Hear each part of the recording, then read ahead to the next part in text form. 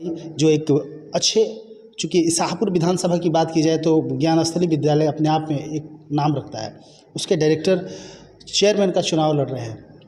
आपको ऐसा नहीं लगता है कि यदि आप चुनाव जीतते हैं तो ये दोषारोपण आप पे भी आएगा? विधानसभा का आपने चुनाव लड़ा था। जी हाँ, विधानसभा का चुनाव में कितने वोट आए? वोट तो नहीं आया था, वोट तो बहुत कम आया था। लगी ये दो ही लगेगी है कि चेयरमैन के रूप में आप चुनाव लड़ रहे हैं तो यहाँ की जनता आपको सपोर्ट करेगी? नमस्कार, आप देख रहे हैं समृद्धि न्यूज़ चैनल और मैं हूं अशोक तिवारी। इस वक्त अभी हम शाहपुर नगर पंचायत में हैं और हम आपको बताना चाहेंगे कि जिस तरह नगर पंचायत के चेयरमैन का चुनाव के लिए तमाम प्रत्याशियों ने अपनी कमर कस ली है। ज़बरदस्त तैयारियों के साथ इस वक्त हमारे साथ एक शिक्षाविद है। इस वक्त अभी हम ज्ञान स्थली विद्यालय में है और इसके डायरेक्टर सर हमारे साथ मौजूद हैं। विनोद तिवारी और मुन्ना तिवारी के नाम से लोग जानते हैं। हालांकि सामाजिक समरसता की बात करें तो ज़बरदस्त तरीके से समाज में एक अच्छी पकड़ है और कहीं भी यदि समाज को ज़रूरत होता है तो श्री तिवारी जी बढ़ चढ़ के हिस्सा लेते हैं। इस वक्त अभी चेयरमैन की दावेदारी कर रहे हैं, चुनाव लड़ने की तैयारी में है और ज़बरदस्त तरीके से लोगों को बताने के लिए ये बखूबी तैयार है कि हम बेहतर चेयरमैन हो सकते हैं तो कैसे। हालांकि मैं भी आप लोगों को रूबरू कराता हूं, दिखाता हूं कि श्री तिवारी जी कैसे यदि चेयरमैन बनते हैं तो इस नगर पंचायत का दिशा दशा बदलेंगे और क्या इनकी सोच है, क्या मिशन है, क्या लक्ष्य है। बात करते हैं श्री तिवारी जी से। जी स्वागत है, कैसे हैं? धन्यवाद अशोक जी, अच्छे हैं और समृद्धि न्यूज़ के दर्शकों को मेरा प्रणाम।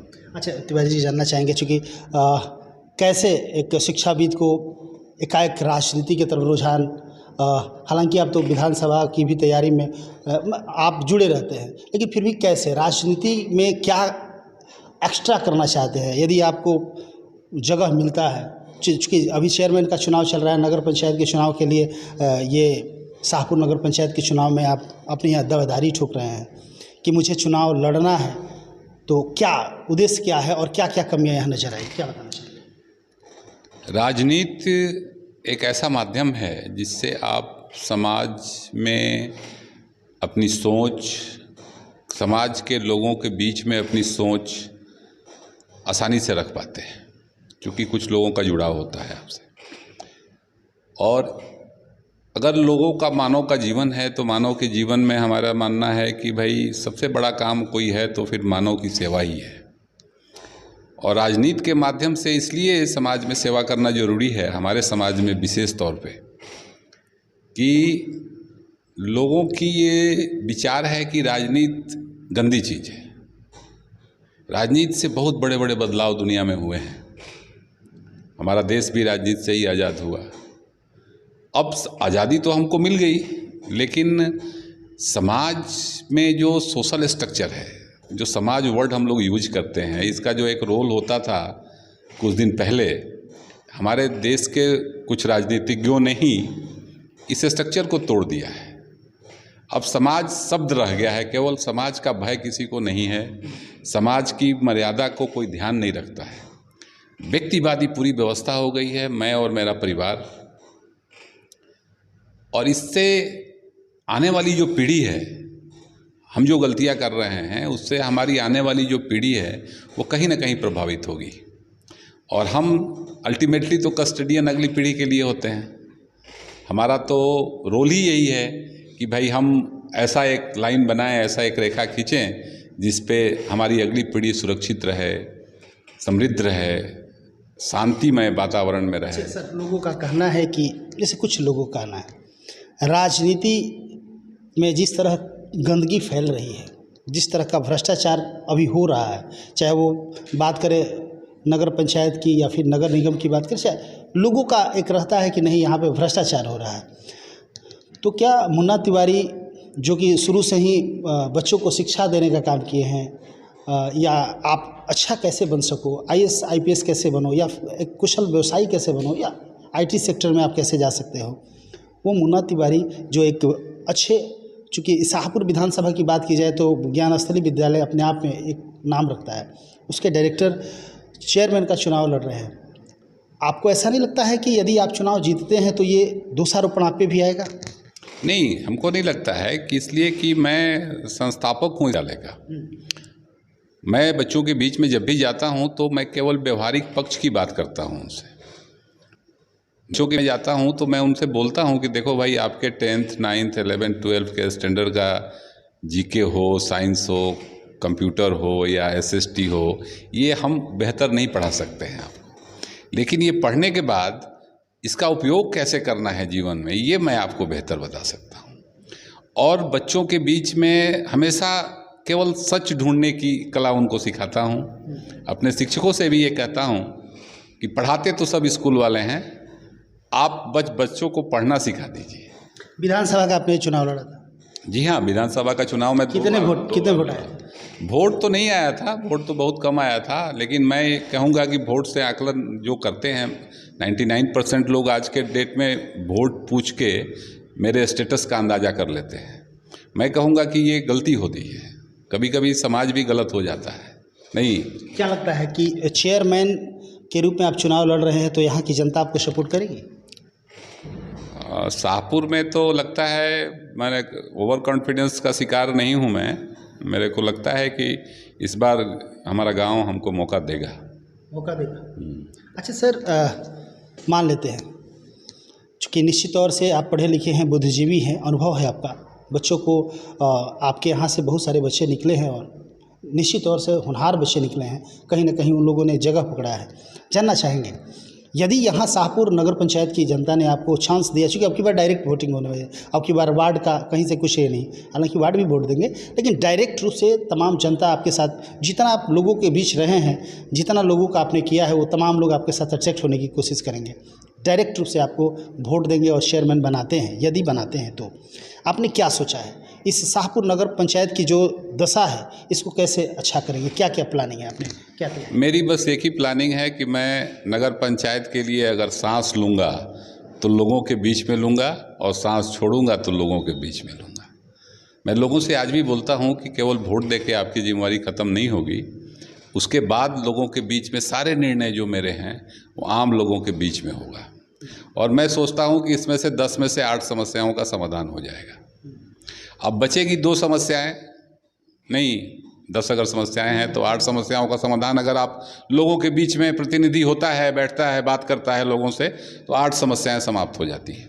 2 बचता है तो अपने विवेक से, स्वविवेक से और कुछ व्यवहारिक पक्ष जो हम, जिस पे हमारा कंट्रोल है कि मैं व्यवहारिक रूप से सार्वजनिक तौर पे मुझसे कोई गलती नहीं होगी कभी, ये कॉन्फिडेंस है। 52 साल के उम्र में ये अनुभव तो ज़रूर प्राप्त किया है, तो इस आधार पे मुझे कॉन्फिडेंस है कि मैं ये आरोप के दौर से, अब तो आरोप की बात है जहाँ तो जो आरोप लगाने वाले हैं, जैसे कल्पना करता है आदमी कि मैं चेयरमैन हो गया मान लीजिए, तो मैं पहला भाषण यही दूंगा, लोगों के बीच में बोलूँगा कि देखिए भाई, अगर मुझसे कोई गलती हो रही है तो वो मुझको बताया जाए, आपस में मत बात किया जाए।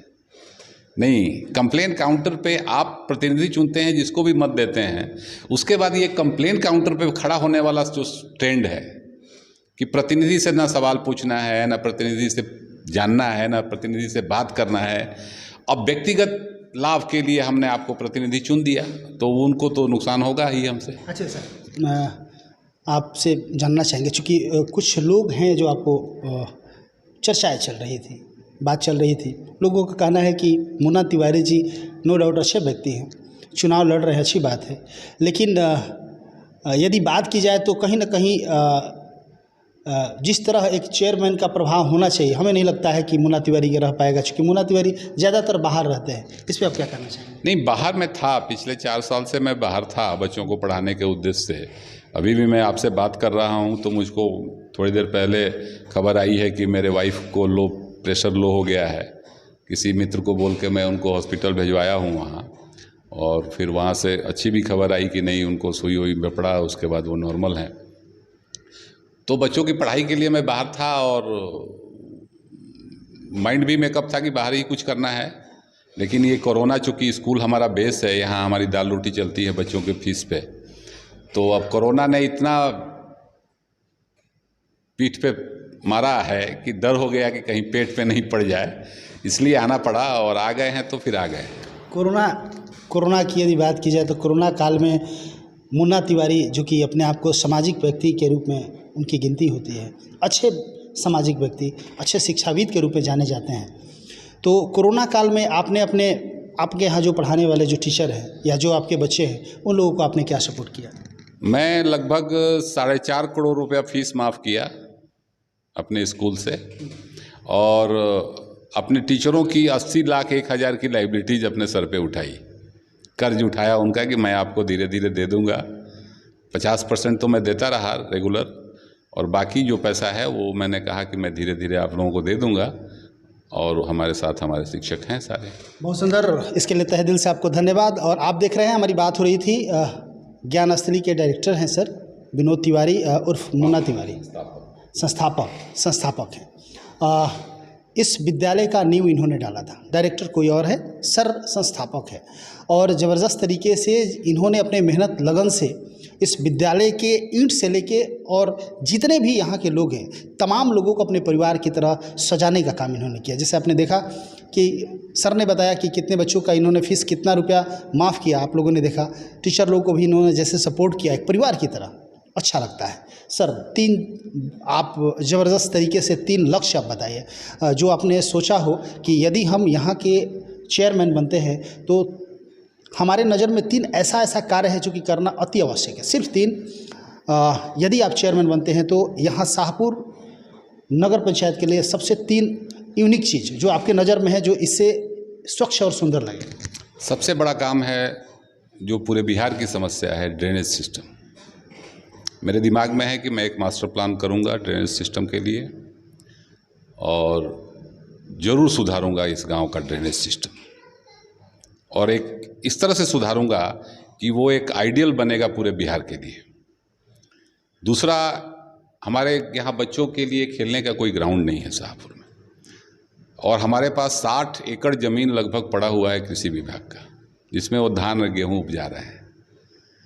तो मैं कृषि विभाग से निवेदन करूंगा कि यहाँ भाई आप इसमें से कम 10 से 15 एकड़ ज़मीन हम लोगों को एक खेल परिसर है, स्पोर्ट्स कॉम्प्लेक्स बनाने के लिए आप हमको दे दीजिए। मैं लोगों को प्रेरित भी करूंगा कि अगर ये नहीं देते हैं तो फिर हम इनके लिए लड़ाई भी लड़ेंगे।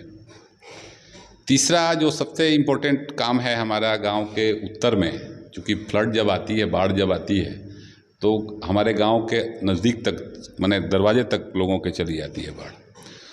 तो अगर गांव से हम लगभग 1200 मीटर दूर एक छोटी सी नदी थी पुरानी हमारी,